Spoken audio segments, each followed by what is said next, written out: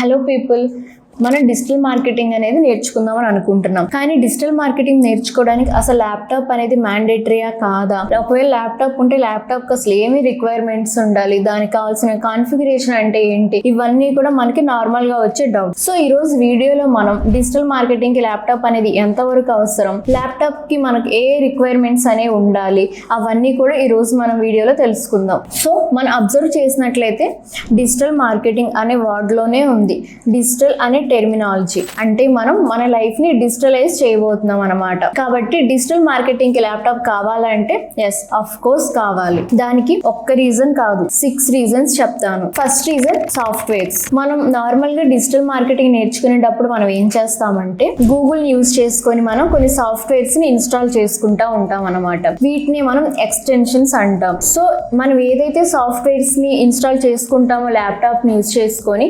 వాటన్నిటిని కూడా మనం ఫోన్ లో యూజ్ చేసుకోవడానికి వీలవదు అనమాట. కొన్నిసార్లు వీలైనా సరే కష్టం అవుతుంది, కొన్నిసార్లు పాసిబుల్ కూడా అసలు అవ్వకపోవచ్చు. సో మనం టూల్స్ వాడాలన్నా లేకపోతే ఎక్స్టెన్షన్స్ వాడాలన్నా కూడా మనకి ల్యాప్టాప్ అనేది అవసరం. సెకండ్ రీజన్ వచ్చేసి ఐ అండ్ నెక్ సేఫ్టీ. మనం నార్మల్ గానే 6 to 8 hours మనం ఫోన్ లోనే చూస్తూ ఉంటాం. సో అలా కాకుండా డిజిటల్ మార్కెటింగ్ కూడా ఇంకా మనం ఫోన్ లోనే చూసినట్లయితే మనకి ఐ అండ్ నెక్ ప్రాబ్లమ్స్ వచ్చే అవకాశం అనేది ఎక్కువ. అదే మనం కనుక ల్యాప్టాప్ యూజ్ చేసాం అనుకోండి డిజిటల్ మార్కెటింగ్ నేర్చుకోవడానికి, మనం ఎలాగో ల్యాప్టాప్ ని కొంచెం హై ప్లేస్ లోనే ఉండి యూజ్ చేసుకుంటాం కాబట్టి మనకి నెక్ పెయిన్ వచ్చే అవకాశం అనేది తక్కువ. అదే ఇంకా ఐ ప్రాబ్లమ్స్ వచ్చేసరికి మనం కంపేర్ చేస్తే మన ల్యాప్టాప్ స్క్రీన్ అనేది ఫోన్ స్క్రీన్ కంటే కూడా కొంచెం పెద్దగానే ఉంటుంది కాబట్టి మనకి ఐ ప్రాబ్లమ్స్ వచ్చే ఛాన్సెస్ కూడా చాలా తక్కువగా ఉంటాయి. And third reason disturbances. మనం నార్మల్ గా ఫోన్ చూసేటప్పుడే మనకి చాలా నోటిఫికేషన్స్ వస్తూ ఉంటాయి. సో ఆ నోటిఫికేషన్స్ వల్ల మనం డిస్టర్బ్ కూడా అవుతాం చాలా సార్లు. సో మనం డిజిటల్ మార్కెటింగ్ కనుక ఫోన్ లో అయితే చేద్దాం అనుకున్నట్లయితే ఏమవుతుందంటే మనం నార్మల్ గా లేకపోతే ఏదైనా ఇమేజ్ క్రియేషన్ చేద్దాం అనుకున్నప్పుడు కానీ లేకపోతే ఏదైనా వీడియో ఎడిట్ చేద్దాం అనుకున్నప్పుడు కానీ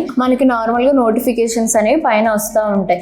సో మన ఆ నోటిఫికేషన్స్ వల్ల మనకి ఇమేజ్ క్రియేట్ చేయాలన్నా లేకపోతే వీడియో ఎడిట్ చేయాలన్నా కూడా మనకి కాన్సన్ట్రేషన్ అనేది తగ్గిపోతుంది. సో మన ఇమేజ్ క్రియేట్ చేయాలన్నా లేకపోతే ఇంకా ఏదైనా డిజిటల్ మార్కెటింగ్ చేయాలన్నా సరే మన ల్యాప్టాప్ లోనే చేయాలి. And reason 4 online classes. Normal గా మనం ఆన్లైన్ క్లాసెస్ వినేటప్పుడు ఏమవుతుందంటే సో మనకి ట్రైనర్స్ అనే వాళ్ళు ఎవరైతే ఉంటారో వాళ్ళు మనకి కొన్ని టూల్స్ గురించి ఎక్స్ప్లెయిన్ చేస్తూ ఉంటారు అనమాట. సో మనం గనక మొబైల్ యూజ్ చేసుకుని గనక మనం డిజిటల్ మార్కెటింగ్ నేర్చుకుందాం అనుకుంటే ఆన్లైన్ క్లాసెస్ కానీ వింటే ఏమవుతుందంటే వాళ్ళు ఏదైతే టూల్స్ ఎక్స్ప్లెయిన్ చేస్తున్నారో లేకపోతే ఇంకేదైనా సరే వాళ్ళు సాఫ్ట్వేర్స్ గురించి చెప్తున్నారో వాటిని మనం సరిగ్గా యూజ్ చేసుకోకపోవచ్చు. అంటే మనకి అవి సరైన టైంకి ఆ సాఫ్ట్వేర్స్ కానీ లేకపోతే ఆ టూల్స్ కానీ మనకి కనిపించకపోవచ్చు. అదే ఒకవేళ మనం గనక ల్యాప్టాప్ యూజ్ చేసుకుంటే ఏమవుతుందంటే మనకి ఆ టూల్స్ అనేవి ఏవైతే ఉన్నాయో అలా సాఫ్ట్వేర్స్ అన్ని ఏవైతే ఉన్నాయో మనకి ల్యాప్టాప్ స్క్రీన్ అనేది కొంచెం పెద్దగా ఉంటుంది కాబట్టి మనకి ఆప్షన్స్ అన్ని కూడా మనకి సరిగ్గా కనిపిస్తాయి. అలానే మనం వాటిని యూజ్ చేసుకొని కూడా మనం ట్రైన్ అవ్వచ్చు. And reason number 5 practical implementation. Digital marketing classes అనేవి వినేటప్పుడు బాగానే ఉంటాయి ఒక స్టోరీలా, కానీ మనం ప్రాక్టికల్ గా చేసేటప్పుడు ఏమవుతుందంటే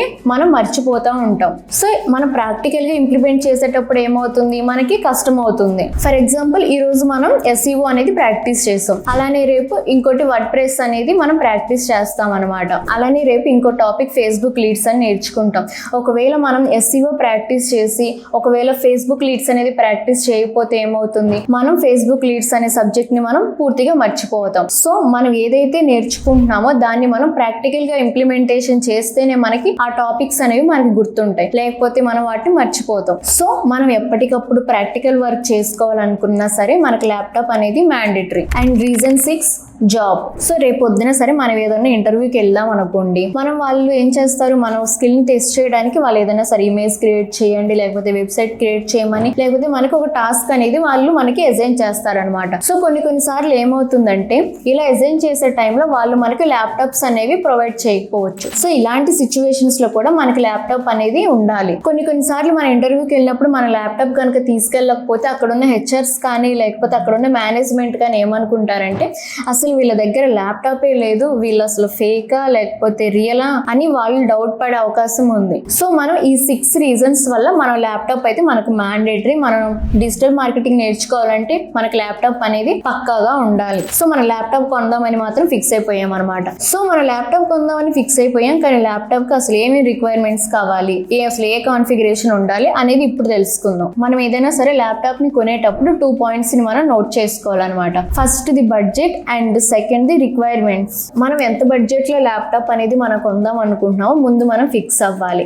అలానే ల్యాప్టాప్ బ్రాండ్ అనేది మాక్సిమం హెచ్పి కానీ డెల్ కానీ తీసుకోవడానికి ట్రై చేయండి. ఎందుకంటే సర్వీస్ సెంటర్స్ అనేవి ఇండియాలో హెచ్పి డెల్ మీద ఎక్కువగా ఉన్నాయి. రేపొద్దున ఒకవేళ మన ల్యాప్టాప్స్ కి ఏదైనా ప్రాబ్లం వచ్చినా కూడా మనం తొందరగా క్లియర్ చేసుకోవచ్చు. స్క్రీన్ సైజ్ అనేది 15.5 ఇంచెస్ ఉండేలా చూసుకోండి. అలానే నెక్స్ట్ ర్యామ్ వచ్చేసి 8 GB కానీ లేకపోతే 16 GB కానీ ఉండాలి. హార్డ్ డిస్క్ మినిమం 500 GB ఉండేలా చూసుకోండి. స్పెషల్ గా నేను ఎడిటింగ్ చేయాలి లేకపోతే నాకు ఎడిటింగ్ సంబంధించిన వర్క్ ఉంది అనుకున్న వాళ్ళు ఏం చేయాలంటే స్పెషల్ గా గ్రాఫిక్ కార్డ్ కూడా ఉండేలా చూసుకోవాలి. అలానే ప్రాసెసర్ వచ్చేసరికి i5 కానీ i7 కానీ తీసుకోండి. కొంతమందికి ల్యాప్టాప్ బడ్జెట్ అనేది మాక్సిమం 45K నుంచి 60K వరకు ఉంటుంది. కొంతమంది ఆ బడ్జెట్ ని అనేది కొంతమందికి ఎక్కువ అవుతా ఉంటుంది. సో ఇలాంటి వాళ్ళు ఏం చేయాలంటే అంత మనీ మీరు స్పెండ్ చేయనప్పుడు మనం నార్మల్ గా ఐటీ కంపెనీస్ అనేవి చూస్తూ ఉంటాం. సో వాళ్ళు ఏం చేస్తారంటే మాక్సిమం 2-3 years కి పైగా వాళ్ళు ల్యాప్టాప్స్ అనేవి వాళ్ళు యూజ్ చేయరు అనమాట.